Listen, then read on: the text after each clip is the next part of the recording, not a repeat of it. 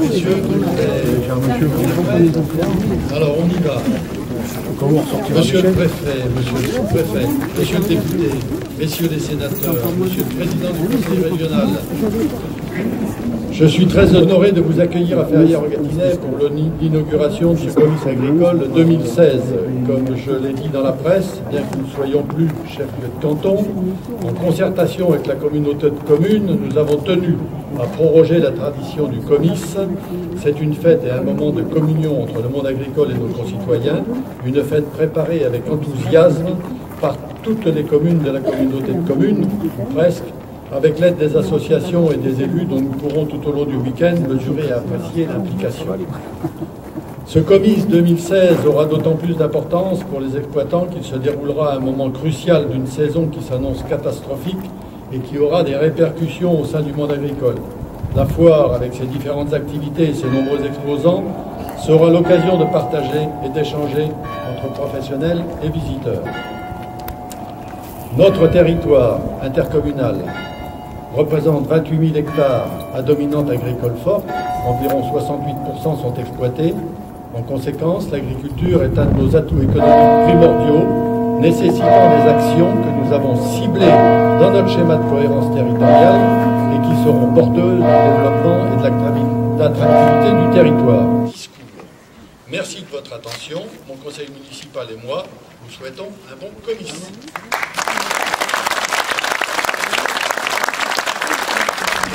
Jean-François Toison, président du comice agricole. Mesdames et messieurs, en contenance avec Gérard, je ne vais pas reciter tout le monde pour libérer les gens qui doivent partir assez tôt. Donc c'est avec une vive reconnaissance et un grand honneur de vous recevoir à ce comice agricole de l'arrondissement de Montargis. Cette tradition date de 1836 et chaque année elle stimule tout un canton et attire plusieurs milliers de personnes. Je vous souhaite donc la bienvenue au comice de Ferrières et vous remercie d'avoir répondu à notre invitation. Nos remerciements chaleureux vont à Gérard Larcheron et à ses adjointes et adjoints pour l'accueil et l'aide qu'ils nous ont réservé tout au long de l'année. Je suis président de ce comice depuis 3 ans. Il y a 3 ans, à Châtillon, je vous disais « Intempéries qui endommagent nos cultures avec un prix très bas ». À Courtenay, l'année dernière, je disais « Bonne récolte, pas de prix, pas de protéines ». Récolte de maïs la plus mauvaise depuis 1976. Cette année, à Ferrières, le bilan est encore plus mauvais. Le moral des agriculteurs est au plus bas. Nous avons besoin de soutien pour continuer à exercer un métier. Ce qui est arrivé cette année n'est la faute de personne. C'est la nature qui s'est totalement fâchée. C'est par la solidarité et par les efforts entre toutes les parties présentes que nous pouvons espérer sortir la tête hors de l'eau. Votre présence nous rassure et nous prouve que vous êtes à l'écoute du monde rural. Le comice, c'est d'abord une fête. C'est une rencontre et un travail entre hommes et femmes. C'est aussi un moment de partage et de découverte. Les 2 fermes qui nous reçoivent cet après-midi en sont la preuve. Si l'on veut conserver cette belle tradition, tout le monde doit y travailler, y mettre de la volonté. Il y en a sans aucun doute. Il faut poursuivre le chemin tracé par nos aînés. Je souhaite que cette fête honore notre agriculture et apporte à chacun la certitude de notre respect pour la terre et pour ceux qui la cultivent. Vive le comice agricole de Ferrières.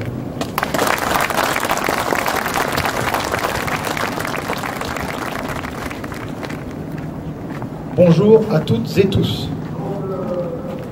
Tout d'abord, je tiens à excuser Baptiste Menon, donc président des jeunes agriculteurs du Loiret, qui ne peut pas être présent aujourd'hui. Et donc c'est au nom des jeunes agriculteurs et en tant que vice-président que je m'exprime. Je tiens tout d'abord à féliciter le comité comice et son président pour toute l'organisation, mais aussi la ville de Ferrières et la communauté de communes. Mais surtout, je tiens à souligner l'implication de toutes les petites communes et c'est essentiel à la réussite de cet événement. Moi, ce matin, je suis fier d'être ici à Ferrières, parce que ça compte beaucoup pour moi.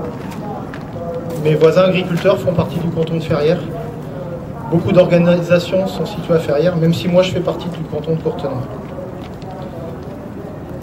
Oui, maintenant, c'est le même. Mais historiquement, c'était pas le même. Alors, c'est quoi un comice agricole? C'est d'abord le rassemblement, la fête d'un territoire autour d'une activité, une économie qu'est l'agriculture. Et c'est également le moment de partager, de communiquer avec les voisins, tous les acteurs économiques du territoire, les élus. C'est un moment très fort et très attendu par les agriculteurs. Nous, jeunes agriculteurs, défendons ardemment le métier d'agriculteur et souhaitons que tout jeune qui a envie de partager ce métier, ces métiers, puisse devenir un jour chef d'exploitation. Nous croyons en nos métiers et nous voulons vivre de l'agriculture pour l'agriculture. Pour conclure, nous sommes fiers, nous les jeunes agriculteurs, d'exercer ces beaux métiers. Mais il en tiendra à nous tous ici présents d'en assurer l'avenir, l'économie, les emplois, le dynamisme de tout un territoire en dépend. Alors je vais simplement vous citer une phrase pour conclure. Que l'on soit élu, responsable, citoyen, soyez tous attentifs à vos voisins agriculteurs, car nous en avons tous besoin. Bon comice à tous. Merci Monsieur Moussin, président des jeunes agriculteurs. Je passe la parole à Monsieur Michel Masson, président de la Chambre d'agriculture du Loiret. Donc, bonjour à toutes et bonjour à tous. Malheureusement, avec ce qui est arrivé là, nous avons eu à subir 2 années précédentes, comme l'a bien rappelé Jean-François, où effectivement nous avons eu une année moyenne avec des prix moyens, puis une bonne année avec des prix catastrophiques, ce qui fait que les trésoreries des exploitations étaient déjà mal en point, et donc nous ne pouvons pas assumer une telle catastrophe. Certains ont perdu 60, 70, 80% de leur rendement. C'est ingérable. Certains, les plus anciens ici que je vois, ont connu 1976 avec cette sécheresse qui avait effectivement divisé par 2, voire par 3 les rendements. Mais en 1976, les charges qui étaient supportées par les agriculteurs n'étaient pas de 20% de celles qu'on a à subir aujourd'hui. Donc effectivement, en 1976, il y a eu peu de récoltes, il y a eu peu d'argent qui est rentré, mais il y avait peu de sorties d'argent. Et donc aujourd'hui, effectivement, c'est différent. Nous avons beaucoup de charges, beaucoup de tracasseries administratives qui font que la subsistance de l'agriculture française est difficile. Et quand on est livré en face de gens qui n'ont pas ce type de charge, eh bien on est laminé. Alors face aux Chinois, c'est flagrant, mais de l'autre côté du Rhin, il y a nos amis allemands qui sont là. Ils n'ont pas du tout non plus les mêmes contraintes administratives que les nôtres, et pourtant, ils sont dans l'Europe, et ils ont su, eux, se préparer à cette envergure internationale. Un poulet sur 2 que nous consommons en France vient d'Allemagne ou de Belgique. Nous étions des exportateurs nets de céréales sur l'Allemagne il y a quelques années. Aujourd'hui, nous allons importer. Il va falloir qu'on prenne conscience de ça en France. On a fustigé la ferme des 1000 vaches. Moi, ça ne m'intéresse pas plus que ça, la ferme des 1000 vaches. Il y en avait que 520. Mais il faut savoir que nos amis allemands, hollandais, belges, eux, ils ont des exploitations avec 2000, 2500 vaches, avec un méthaniseur qui produit de l'électricité. Et quand le prix du lait est pas bon, comme c'est le cas en ce moment, j'excuse d'ailleurs Xavier Belin qui a dû repartir pour gérer la crise du lait, eh bien, eux, ils vendent de l'électricité, ce qui permet que s'ils ne gagnent rien avec le lait, ils gagnent au moins un petit peu leur vie avec l'électricité. Nous, en France, on ne peut pas faire ça. La taille des exploitations est trop petite. Alors, je n'ai pas dit, ne me faites pas dire non plus, il y a des journalistes, que la Chambre d'agriculture est pour faire des fermes à 3000 vaches, etc. C'est pas ça. Mais n'empêche que dans un marché où le prix du lait est, pour certains pays, à 200 €, alors qu'il faut 340 € pour rémunérer correctement un producteur, eh bien c'est sûr qu'on ne passera pas. Donc voilà un petit peu le modèle agricole qu'il faut réformer, par de l'innovation, par du numérique, et effectivement, il faut quand même gagner sa vie.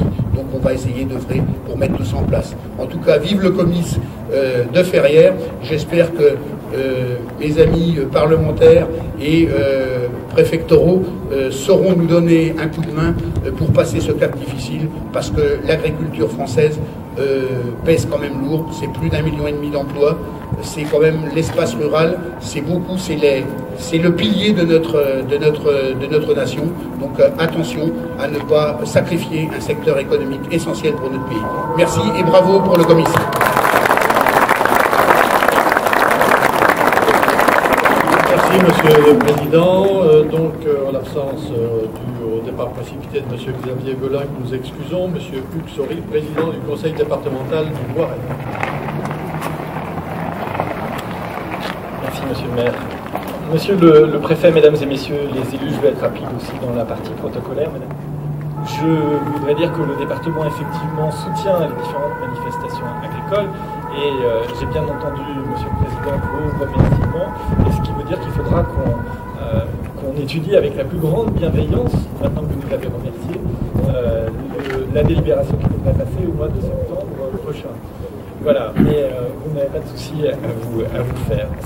Le département, vous le savez les uns et les autres, j'ai l'occasion, les conseillers départementaux ont l'occasion de le dire régulièrement, est attaché tout spécifiquement à la ruralité. Nous sommes dans un département qui est à la fois urbain et rural, mais je disais tout à l'heure que en termes de population, finalement, il y a plus de personnes qui habitent dans notre département qui sont dans le milieu rural que dans le milieu urbain, et donc c'est le rôle du département de soutenir la ruralité. Nous le faisons par un certain nombre de politiques, que ce soit en matière de démographie médicale, de maintien du commerce dans les villages, ou de développement de la vidéoprotection, ou encore dans le domaine du très haut débit qui est très attendu et qui, à mon avis, est un des éléments qui participe fortement à la réduction de la fracture entre urbains et ruraux.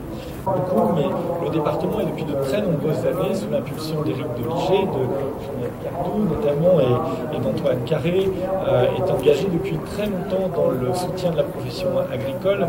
Je regardais les chiffres, c'est entre 1 million et 1,2 million d'euros chaque année qui est inscrit au budget, et c'est ce que nous envisageons de continuer à inscrire donc pour le budget 2017. Voilà, en quelques mots, ce que je voulais vous dire. Vous assurez donc au monde agricole, vous assurez de la totale motivation et implication du département, et puis plus spécifiquement pour ces 2 jours, vous souhaitez à Ferrières d'excellentes comices agricoles. Je vous remercie. Merci Monsieur le Président. Donc, je passe la parole à Monsieur François Bonneau, Président du Conseil régional. Merci Monsieur le maire, heureux de vous saluer Monsieur le préfet, Monsieur le sous-préfet, heureux de saluer également les parlementaires, les élus régionaux, s'agissant de Jalila Gaboré que j'ai aperçu, les élus régionaux et régionaux qui soutiennent cette manifestation, mais aussi les élus départementaux qui sont nombreux, le président Hugues Saury qui vient de s'exprimer. Heureux de saluer les maires et les conseillers municipaux adjoints qui sont présents très nombreux ce matin, et d'avoir entendu avec vraiment beaucoup de force les propos de la profession agricole. Oui, je suis heureux de vous saluer les agriculteurs. Je me suis beaucoup déplacé en tout début d'année. Il s'agissait d'une première catastrophe pour notre région, c'était celle de la vigne qui avait gelé. Immédiatement derrière, c'était une absence de printemps. Les agriculteurs disent qu'il n'y a pas eu de fleurissement des blés. Puis des inondations à nul autre pareil dans nos secteurs. Puis, quadruple peine, cette sécheresse qui pénalise très très très fortement les productions de fin de saison, je pense au maïs et à quelques autres. Et moi je veux le dire, je trouve vraiment que organiser un comice, c'est-à-dire, Cédric le disait tout à l'heure, c'est-à-dire une fête, dans ce moment-là, ça prouve l'excellent état d'esprit qui est celui de l'agriculture et de l'agriculteur, des agriculteurs dans notre pays. Le deuxième aspect, il est sur l'économique. C'est bien d'envoyer des messages, de partager, d'appeler à une consommation différente, mais il faut aussi la survie des exploitations, et il faut, Michel Masson le disait, là aussi avec beaucoup de courage, il faut que nous abordions la problématique du modèle agricole, pour que nous ne soyons pas de manière très régulière, brutalisée par des marchés, etc. Et finalement dans une situation où des exploitations disparaissent avec des conséquences humaines terribles. Notre région, et le Gâtinais en fait complètement partie, sont des territoires agricoles de très grande qualité. Changer de modèle, on ne peut le faire que par la solidarité, c'est aussi des mots que j'ai entendus, on peut ne le faire que par la solidarité. En acceptant la modernisation, et la modernisation, ça n'est pas la négation du passé, c'est regarder devant pour faire mieux. En faisant en sorte que nous puissions, dans un monde où la production et la consommation s'étaient, je crois, mis dans une dérive qui mettait dans l'ignorance de la production la totalité de la consommation, de nouveaux liens pour penser demain. Je crois que le comice, la fête, la réunion de tous vont le permettre. Bravo d'avoir organisé ce comice dans ces situations. Je souhaite, comme l'a fait avant moi le président du conseil départemental, dire que les collectivités sont et seront à vos côtés, dire qu'aujourd'hui, nous voulons que ce comice recrée des liens de confiance avec l'ensemble de nos concitoyens et nous permette de tourner une nouvelle page qui soit une page positive, une page de fête et une page de réussite économique. Merci.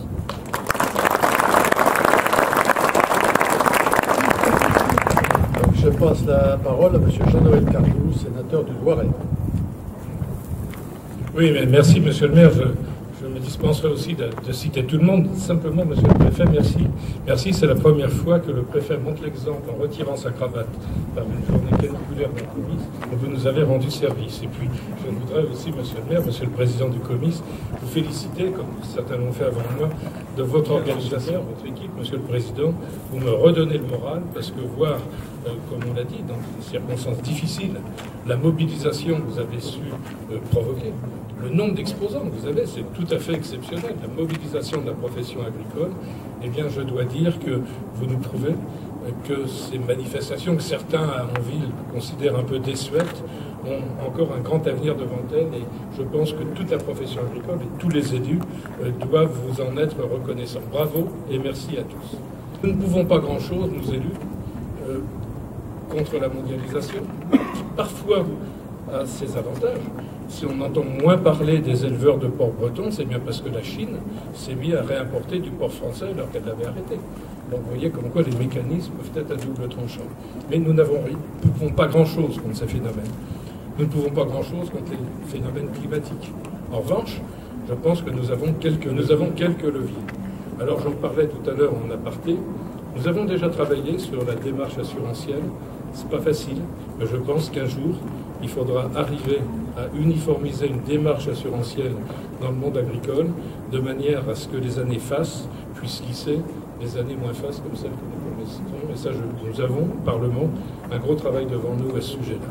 Nous avons déjà permis fiscalement de faire des provisions à ce sujet-là. Mais le gros problème sur lequel nous devons travailler, c'est le problème des normes et de la réglementation.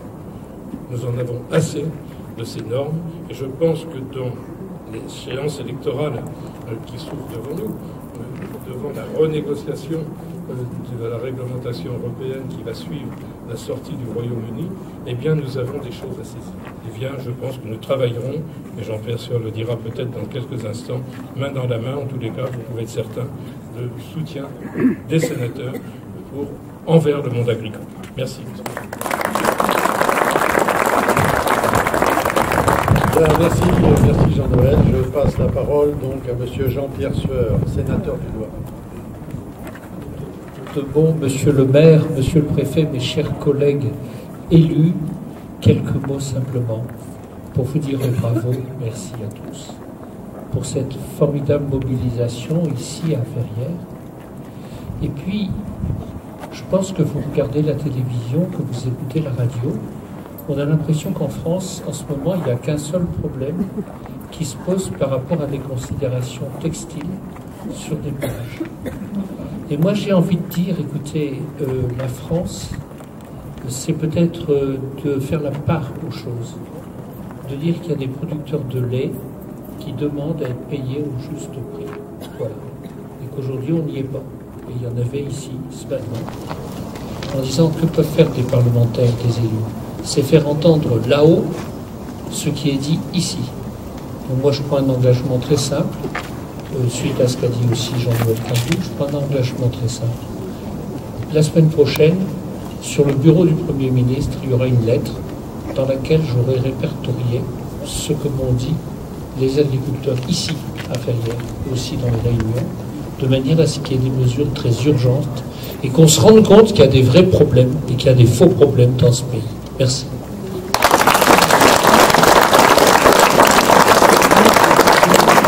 Merci, monsieur le sénateur. Je passe la parole maintenant à monsieur Jean-Pierre Dor, député du Loiret. Merci, monsieur le maire.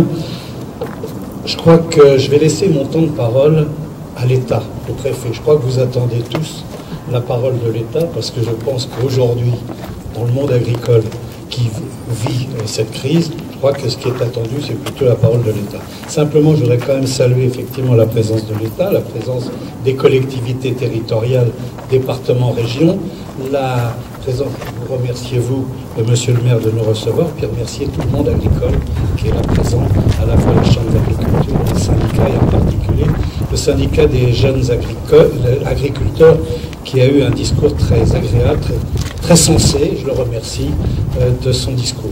Simplement, un fait de l'agriculture. Ça devrait aussi être la fête des agriculteurs, mais malheureusement, aujourd'hui, ce n'est pas la fête des agriculteurs pour plusieurs raisons, et deux raisons. Parce qu'il y a des conditions structurelles et des conditions conjoncturelles qui font que le monde agricole est en crise.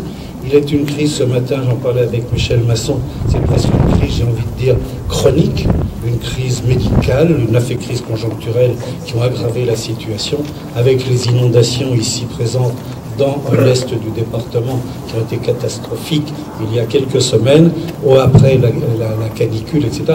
Tout ça fait que ça s'additionne et le monde, les agriculteurs vivent mal. Monsieur le préfet, je pense que c'est vous qui êtes surtout attendu avant que nous rejoignions une autre manifestation à quelques kilomètres d'ici. Merci. Merci Jean-Pierre. Je passe donc la parole à monsieur le préfet, monsieur Nasser Beda, préfet du Loiret de la région Centre. Merci, monsieur le maire. Je ne sais pas si je suis attendu, mais en tout cas, je suis présent. Je suis présent. Et la parole de l'État, c'est pas que la parole du représentant de l'État. Il est important aussi qu'on puisse entendre la parole des parlementaires, des élus. L'État, c'est nous tous ici réunis.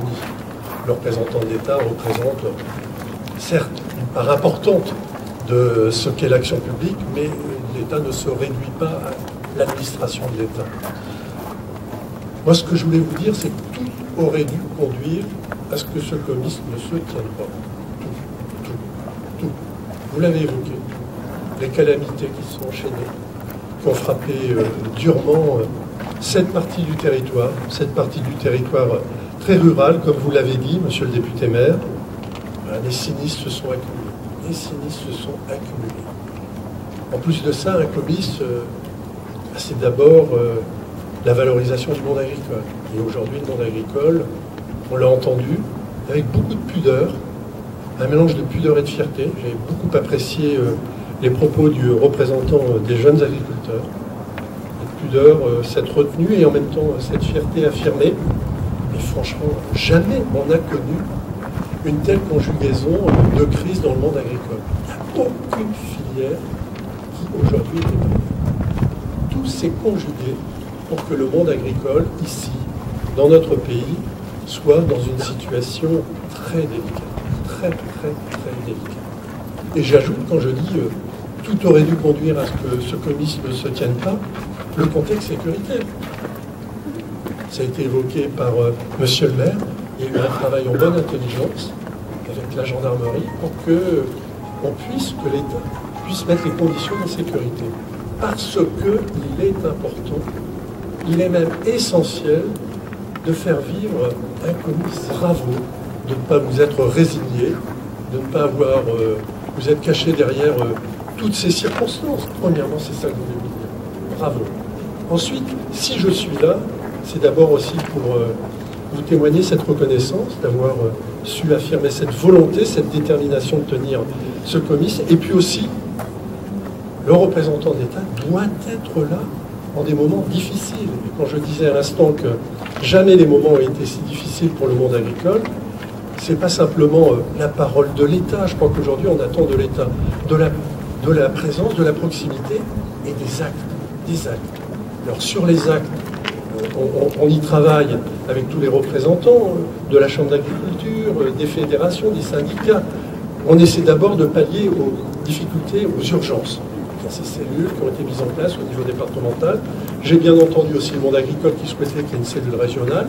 On a tenu une première réunion. Il y a une seconde réunion qui va se tenir la semaine prochaine, très importante. On met tout le monde autour de la table et on essaie de trouver des réponses concrètes. Je dis bien concrètes, on est dans le pragmatisme pour essayer d'atténuer les difficultés du moment.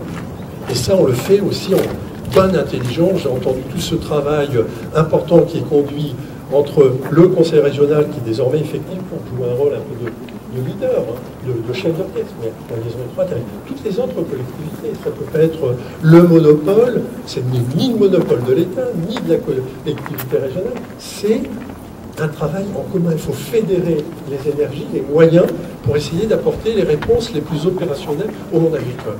Alors, il y a ces réponses qu'on va apporter, les réponses d'urgence, mais derrière, et ça a été clairement évoqué par le président Masson et puis par le président du conseil régional, je crois que tout le monde pense également la même chose, derrière, il y a une crise structurelle. On sait bien qu'il y a des questions qui sont posées à notre modèle économique.